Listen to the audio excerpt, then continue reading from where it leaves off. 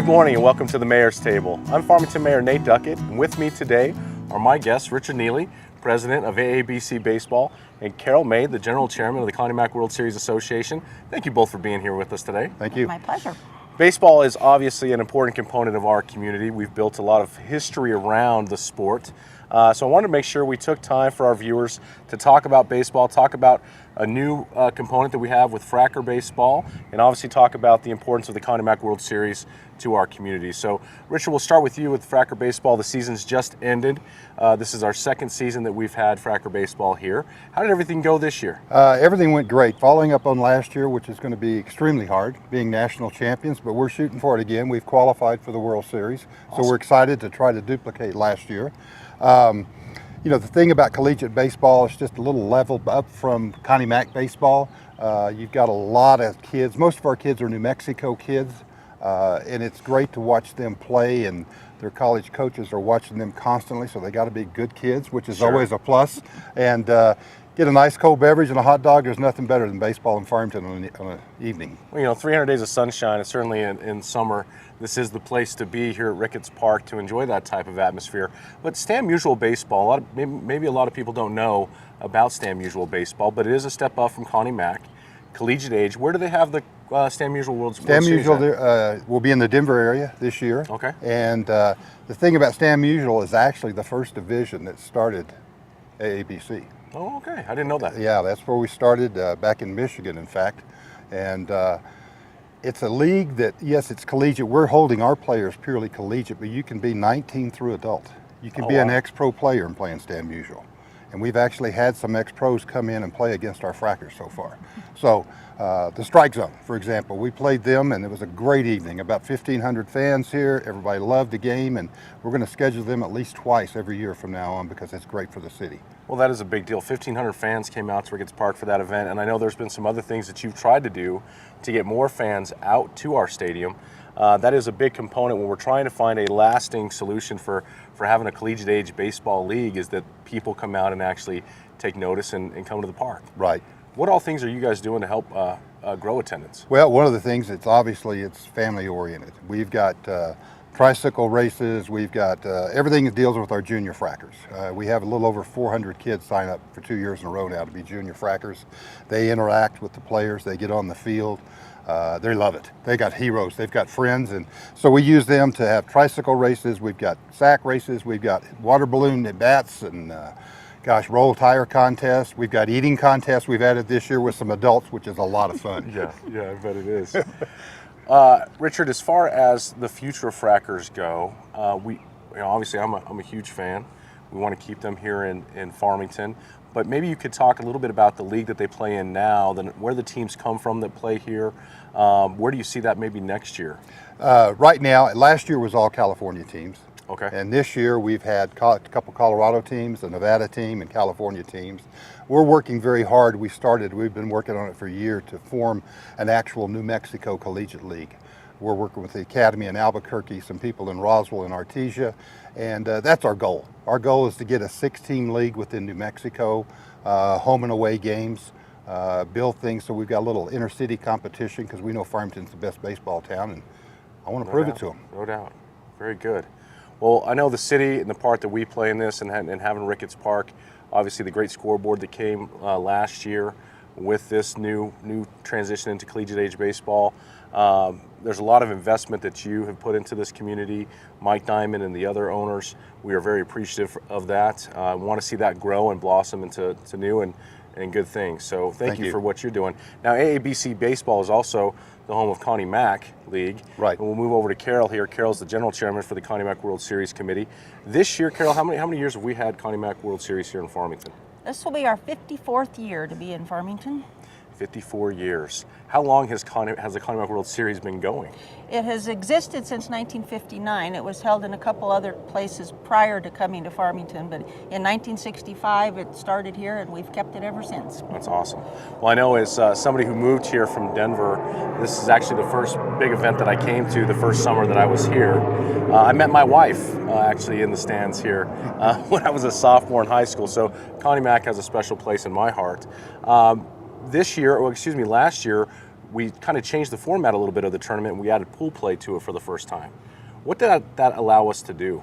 What that allowed us to do is have a few more teams. It gave all the teams that travel here, it's a pain in the neck to travel here.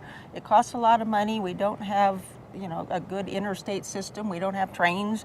Air service is sometimes existent, sometimes not. Right. So the teams that go through the trouble of getting here, we like to give them as many games as we can. So pool play guaranteed every team that came here 3 games. Okay. And then if you advanced out of pool play, we took the top 2 out of each pool, which gave us 8 last year. And then the Farmington host team joined them, and then we started bracket play 2 days later. So we'll do that again this year. We will have pool play on August 3rd and 4th for 2 days at the sports complex, at Worley Field, and here at Ricketts Park. Okay. And then again, the top 2 teams to advance out of each pool, plus an at-large team, plus our host team will go into a 10-team bracket, and that play will begin August 6th on Monday, starting at 9 a.m. here at Ricketts. And from then on, all our games will be at Ricketts. Wonderful. Any big plans this year for opening ceremonies? We're going to try and hold opening ceremonies this year. If anybody has a memory of last year, we got rained out, rather substantial rain. In fact, as soon as we called it last year, it started raining harder. So that kind of affirmed in the committee's mind that we did make the right decision to pack it up and go home.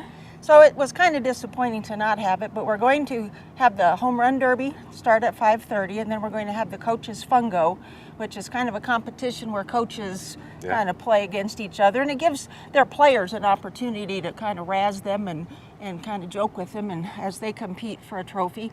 And then we will follow that with opening ceremonies at 7:30. So we'll have all the teams out on the field. We'll introduce some of the dignitaries and everywhere that we have a team from, and basically just opening ceremonies. Then we'll go home and get ready for pool play the next morning. Carol, if I could just add. Certainly. Sure. One thing that we've added this year, I'm on the board of USA Baseball, so I got a little stroke. I don't know if it's worth anything, but it worked.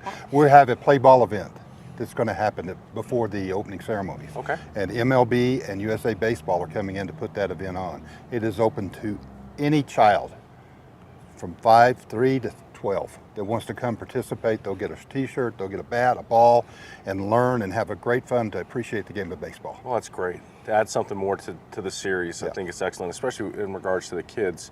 As we're looking at kind of this year's situation, I want to make sure that I address, historically speaking, without a community behind the World Series, it would be hard to do everything that we do for those teams that come in here and making that experience memorable for the players and also for the fans.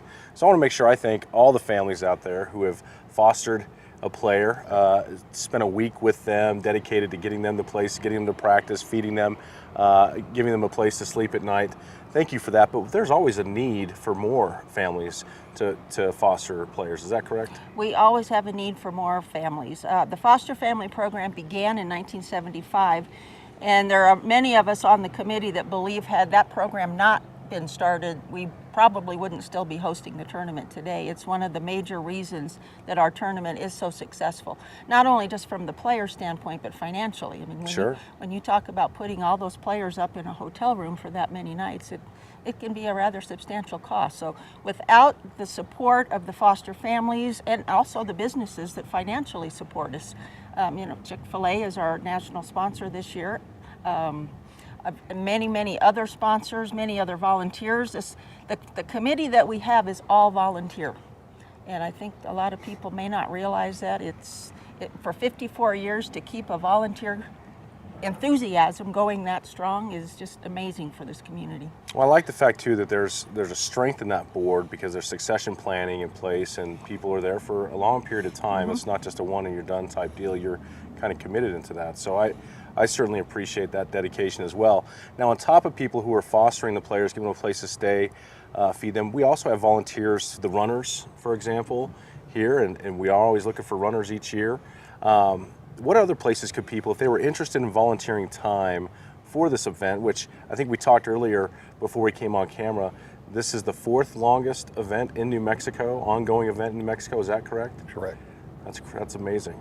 But where could people go to find out how they could volunteer to help out the Connie Mack World Series? One thing we're always in need of is seating ambassadors. They act sort of as ushers in the different, they're called vomitories, which sounds like a disgusting phrase, but that's a technical stadium theater phrase. But we have kind of ushers stationed at every entrance into the seating to make sure that people are in the right spots and help them find their seats if they're new and they don't know where they're going.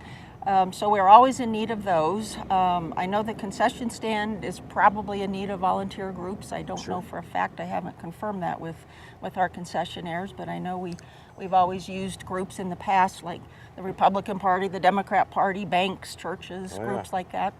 So, but could they go to the Connie Mack World Series website to find out a lot of this information? They can go to the website. We also have a phone number. We have an administrator whose name is Carla, and her phone number is 505-320-0496. So if anybody wants any information about the series or if they want to volunteer, she would be a good place to start. Excellent news. Carol, one last thing I want to touch on has to do with the season ticket holders. How many season ticket holders do we have for the Connie Mack World Series? We have approximately 1,500 season ticket holders, and they hold, among them, about a little over 5,000 seats. It's about 5,039. What's the total capacity of Ricketts? Well, we have the 5,039 in the reserved, and then we figure there's another 2,000 maybe in general admission and down in section 25. So I know on some nights when I've been at the stadium, there's been a lot of blue seats that have been empty. And that always brings to mind is if people have bought the seats, obviously we're thankful for their investment into the Connie Mack World Series, but we'd also like to see their seats filled. If somebody's not going to be able to attend a game, or the whole series in general, what can they do with their tickets, and then how can somebody else get a hold of those tickets? Okay, if they know in advance that they're not going to be able to attend a series, maybe they're taking a child to college or they have a wedding to attend to, and they know they won't be here for the whole week, they can contact the ladies at the Recreation Center and say, I want to keep my tickets, I just don't want them this year. And they will hold them and make them available for somebody else, but that original owner will still be able to pick it up next year. So we encourage anyone that knows they're not going to be here for the series to let us know. On a given night, if you know you're not going to be able to attend, we always encourage you to give tickets to friends or family, other family members or whatever.